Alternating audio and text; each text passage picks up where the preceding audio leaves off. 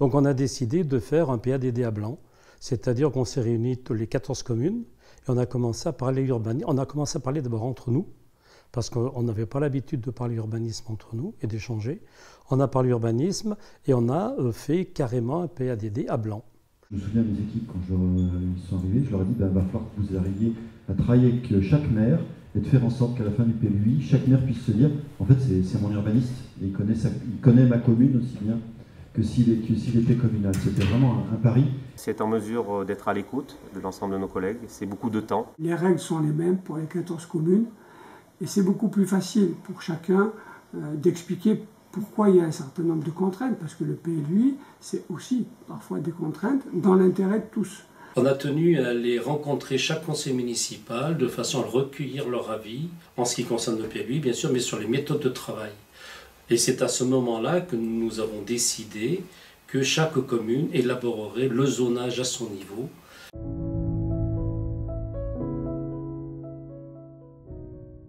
Pas mal d'élus sont là, se retrouvent au conseil municipal sans savoir ce que c'est que l'aménagement du territoire. Donc, si on peut, avant de lancer un PLU ou PLUI, y réfléchir le mandat précédent avec les anciens, ceux qui sont renouvelés, je pense que ça facilite la tâche. Un travail énorme qui est obligé d'être fait sur tout ce qui concerne les schémas d'eau et d'assainissement. C'est un travail monstrueux. Par contre, on a pris la compétence eau et assainissement parce que dans le précédent mandat, ça n'avait pas été voté, ça avait été refusé. Et là, dès qu'on a pris la compétence urbanisme, on a posé la question pour l'assainissement et on l'a pris. Heureusement, parce qu'il a fallu faire un schéma d'eau et d'assainissement.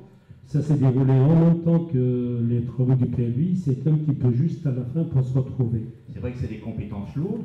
Aujourd'hui, on s'aperçoit que pour travailler à l'échelle de la commune, ce n'est plus pertinent. Il faut travailler forcément à des échelles plus larges. Il nous a manqué un spécialiste de l'urbanisme en interne. Quand je vous vois accompagner, on est envieux, c'est sûr. Et ça, c'est un préalable, je pense, pour les intercos qui souhaiteraient partir en PLUI, c'est qu'en interne, on ait la ressource. Si le gant a été relevé, c'est grâce à un travail formidable, mais formidable, des fonctionnaires de la métro et puis de l'agence d'urbanisme. Là, on a trouvé des compétences. Et moi, je le dis souvent, finalement, je suis un vice-président heureux parce que je n'ai pas eu à arbitrer beaucoup de choses. Ils ont accompli un travail lourd, remarquable, avec beaucoup de compétences et beaucoup de finesse la plupart du temps. Et en lien avec l'agence qui nous a énormément aidés. Et ça, c'est extraordinaire, si vous voulez, d'avoir à sa disposition du personnel de très grande qualité.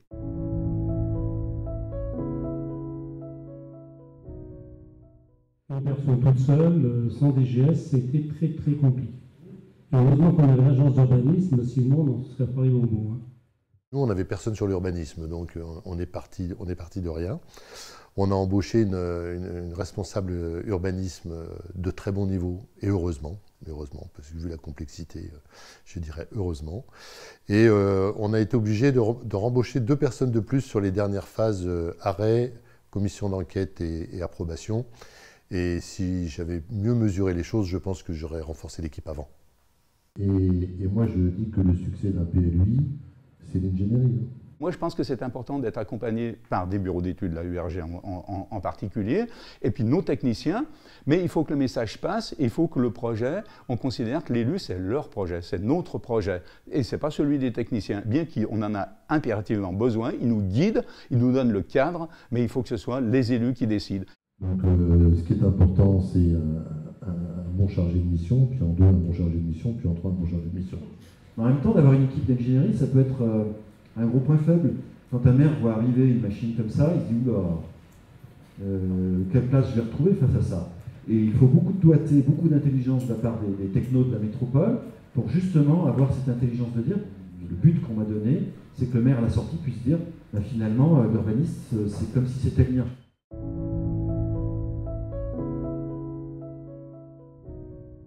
Ça m'a permis, je crois, d'échanger de manière plus profonde avec l'ensemble de mes collègues sur ces questions d'aménagement et de développement. Ça a été pour nous, je crois aussi, l'occasion de donner un peu de sens politique au sens noble du terme à notre entité qui venait de naître, Billon Communauté. Je crois qu'en tout cas, on aura au moins réfléchi à fixer les grandes lignes, les fils conducteurs, les lignes directrices de Billon Communauté. Aujourd'hui, on a mis en place un outil qui a fait évoluer effectivement une vision commune, qui a mis en cohérence, puisque nous avions des postes, nous avions des PLU très récents, des PLU anciens, et donc nous avons mis tout le monde à niveau. Et aussi économiquement, il ne faut pas l'oublier non plus, c'est quelque chose qui est très important. Nous, on considérait que sur Bièvre-Hézian, le fait de ne pas faire un document d'urbanisme par commune, de le faire sur un PLUI, c'était environ 1 million d'euros de gagné. Hein. Si chaque commune faisait son PLUI, ce serait 1 million d'euros environ. Alors que si on considère le coût du PLUI au niveau de Bièvre-Est, on divise par 2, c'est-à-dire 500 000 euros de prévision. Le résultat, c'est en tout cas ce qu'on recherche, et je crois que les gens commencent à le comprendre, c'est des villages qui gardent leur identité, parce qu'il y a une harmonisation, y compris à travers le règlement, on disait pour les clôtures, pour les couleurs.